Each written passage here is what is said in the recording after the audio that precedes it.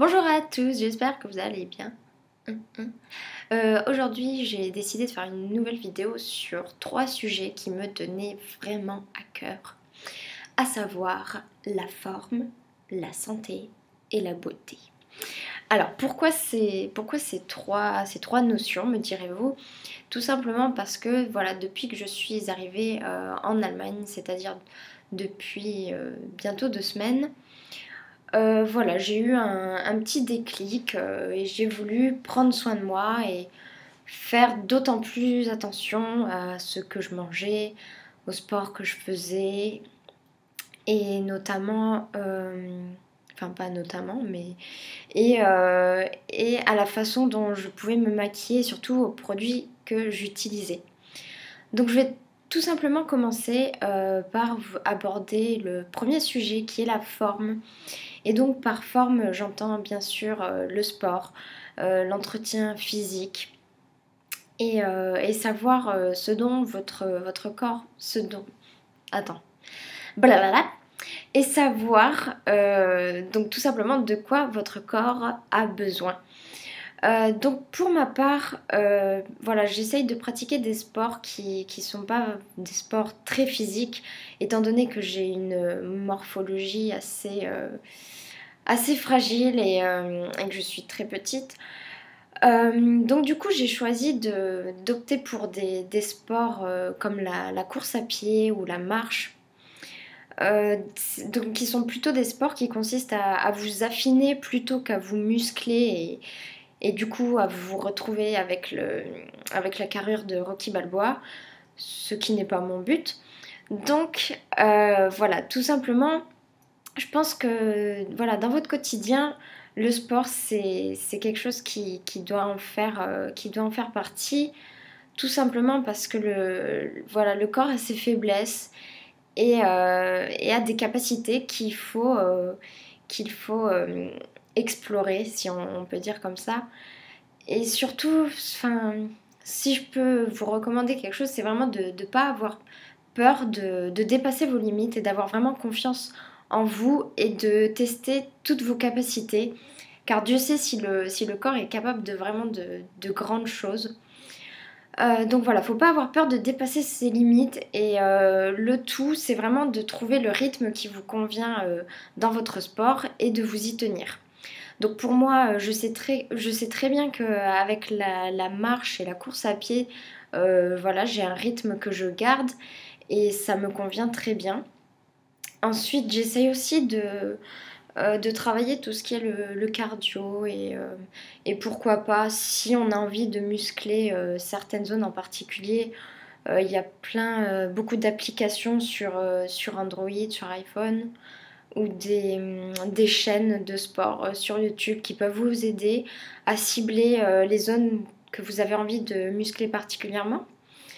Donc voilà en gros tout ce que je peux vous dire sur le sport et que c'est vraiment, voilà, vraiment en fonction de ce que vous recherchez, de ce que vous voulez cibler et surtout ne vous prenez pas la tête, prenez juste plaisir à faire du sport parce que franchement moi je trouve que c'est quelque chose qui apporte beaucoup à votre corps et même au mental.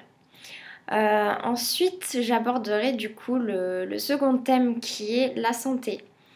Donc par la santé j'entends surtout principalement la nutrition qui est quelque chose qui pour moi est très important. D'autant plus que j'ai été habituée depuis très petite à faire attention à ce que je mange et à manger des aliments assez frais et très variés. Donc je pense que tout simplement, il faut vraiment s'adapter aux besoins de votre corps, tout comme dans le sport, c'est toujours une question d'adaptation. Il faut surtout essayer de favoriser les repas équilibrés et des repas complets. C'est-à-dire que voilà, moi j'ai un rythme alimentaire qui fait que j'aime prendre un petit déjeuner assez consistant en y ajoutant donc des produits laitiers, des fruits, des céréales, des fibres, tout ce qui va m'apporter vraiment les comment dire tout ce qui est nécessaire pour que mon corps puisse tenir la journée. Ensuite, le midi, c'est pareil, à part qu'il faut rajouter les légumes, des fruits, laitages, féculents, de la viande et du poisson. Et ensuite, mon repas du soir qui consiste à être un peu plus léger quand même, sachant que quand vous dormez, votre corps stocke beaucoup plus facilement les graisses que la journée. Et si vous faites du sport surtout, vous les éliminerez beaucoup mieux. Et voilà, le tout c'est vraiment de garder de se fier à des horaires fixes de repas et d'essayer de ne pas grignoter entre les repas, sauf si bien sûr Enfin, pour moi, les petites collations entre les repas, ce sera quelque chose d'assez complet et pas trop sucré ni trop gras, donc des barres céréales ou un fruit tout simplement, ça peut très bien vous caler. Et il faut aussi également penser à bien s'hydrater. Voilà, votre corps est à, je sais, entre 70 et 80% composé d'eau, il me semble, si je ne me trompe pas. Et si je me trompe, pardonnez-moi profondément. Mais voilà, votre corps est composé essentiellement d'eau et donc il faut lui en apporter autant que possible. Après, qu'est-ce que je peux vous dire sur l'alimentation? Tout simplement que moi, pour ma part, j'essaye de me tourner vers une alimentation bio. Bon, pas jusqu'à acheter vraiment tout en bio parce que en France, voilà, c'est assez cher. Après, je suis vraiment très heureuse pour le coup d'être pendant ce premier semestre de ma deuxième année de licence en Allemagne, car ici, la nourriture est vraiment moins chère. Et en particulier le bio comparé à la France, comparé aux produits bio que vous trouvez en France, ici, c'est vraiment pas cher. Donc je suis aux anges.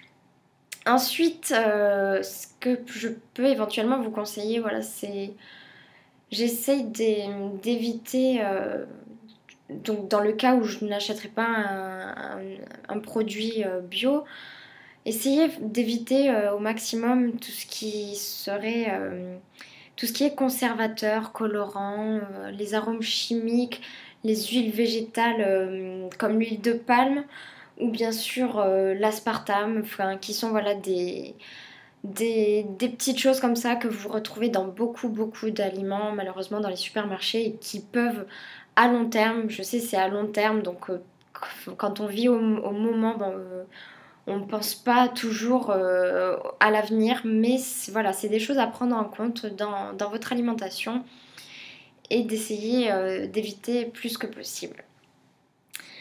Ensuite, eh bien, je vais devoir passer au dernier point, donc qui est le sujet, le thème de la beauté que je voulais aborder plus en profondeur parce que récemment, disons que je n'ai pas pris conscience de ça en fait, mais j'en étais consciente bien avant, mais voilà, des fois on n'y pense pas assez. Et donc j'en viens au vif du sujet, c'est donc les tests sur animaux pour les produits cosmétiques, les grandes marques de cosmétiques. Voilà, j'ai vu des choses qui m'ont marqué. J'essaye de m'informer régulièrement sur ce en quoi consistent ces tests, de quelle manière ils sont réalisés sur les animaux. Et alors, ayant eu des animaux de compagnie et étant très attachée aux animaux en général, de voir ça, c'est quelque chose qui me met hors de moi et enfin, c'est vraiment aberrant de voir que l'humain peut faire des choses pareilles sur les animaux. Donc j'ai décidé de vraiment faire vraiment attention aux marques que je prenais concernant le maquillage. Donc voilà, c'est vraiment une sorte de cercle vicieux. Je pense qu'en général, la société a conscience que que voilà, il faut des cobayes pour tester tout ce que notre peau va ingérer. Et voilà, il faut forcément que ça se rabatte sur quelqu'un, sauf on n'a pas assez, on n'est pas assez sensibilisé au fait que voilà, ces animaux n'ont rien demandé.